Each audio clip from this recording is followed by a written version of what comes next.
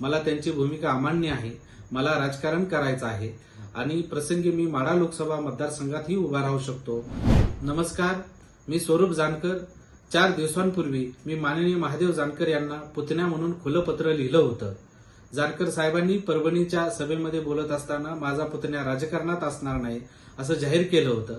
त्या संदर्भात मी माझी भूमिका मांडली।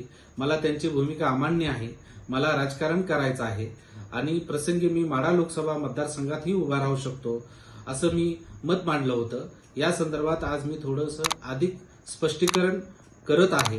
गेल्या 30 वर्षांपासून जानकर साहेबांचा कुटुंबाशी सुसंवाद नाही, तरीही कुटुंबातील प्रत्येक सदस्य जानकर साहेबांना साथ देण्याचा प्रयत्न करतो। 2014च्या निवडणुकीवेळी माढा मतदारसंघात जानकर साहेब तयारी करत असताना त्यांच्या विरोधात षडयंत्र झाले।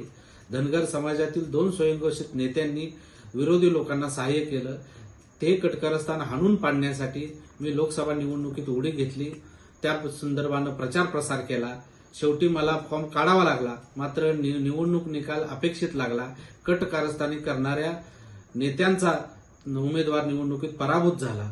त्यानंतरच्या काळामध्ये जानकर साहेब सत्तेच्या मुख्य प्रवाहात आले, आमदार झाले, मंत्री झाले। या दरम्यानच्या काळात मी कधीही जानकर साहेबांचा मी पुतण्या असं कधी कुणाला सांगितलं नाही। त्यामुळे त्यांचा नावाचा फायदा वापर ही फार दूरची गोष्ट। अगदी त्यांच्या मंत्रालयातील ऑफिसमध्ये किंवा मलबार हिलच्या बंगल्यावरही मी कधी पाऊल टाकलं नाही, एवढा माझा स्वाभिमानी बाण आहे। अशी परिस्थिती असतानाही जानकर साहेब वारंवार माझा पुतण्या राजकारणात येणार नाही असं सांगतात, ही खटकणारी बाब आहे। ह्या सगळ्या बदलत्या राजकीय परिस्थितीमध्ये आम्हाला आता याचा गंभीरपणे आम्ही विचार करत आहोत। 2014 पूर्वीच्या जानकर साहेबांच्या संघर्षाचा आम्हाला अभिमान आहे, मात्र सत्तेतल्या जानकर साहेबांची आम्हाला नेहमी चिंता वाटत असते।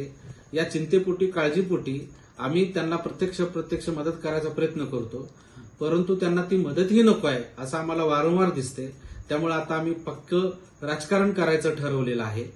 जानकर साहेबांनी परभणीतनं लढावं, उत्तर प्रदेशमधल्या मिर्झापूरमधनं लढावं, आमची काय हरकत असायचं काही कारण नाही। त्यांचा निर्णय त्यांनी तो घ्यावा, मात्र त्यांना माढ्यातून लढायचं असेल आणि घरगुती संघर्ष नको असेल तर त्यांनी सुसंवाद करावा आणि चर्चा करून आम्हाला त्यांचं म्हणणं पटवून द्यावं। आणि जर त्यांनी ते नाही करू शकले तर माढ्यामध्ये माझी उमेदवारी ही अटळ असणार आहे, याची त्यांनी गंभीरपणे नोंद घ्यावी। राजकारणातील प्रत्येक अचूक बातमीचे सर्वात आधी अपडेट्स मिळवण्यासाठी सरकारनामाच्या सर्व सोशल मीडिया प्लॅटफॉर्मला लाईक, फॉलो आणि सबस्क्राईब करा। तसंच सर्व नोटिफिकेशनसाठी बेल आयकॉन प्रेस करायला विसरू नका।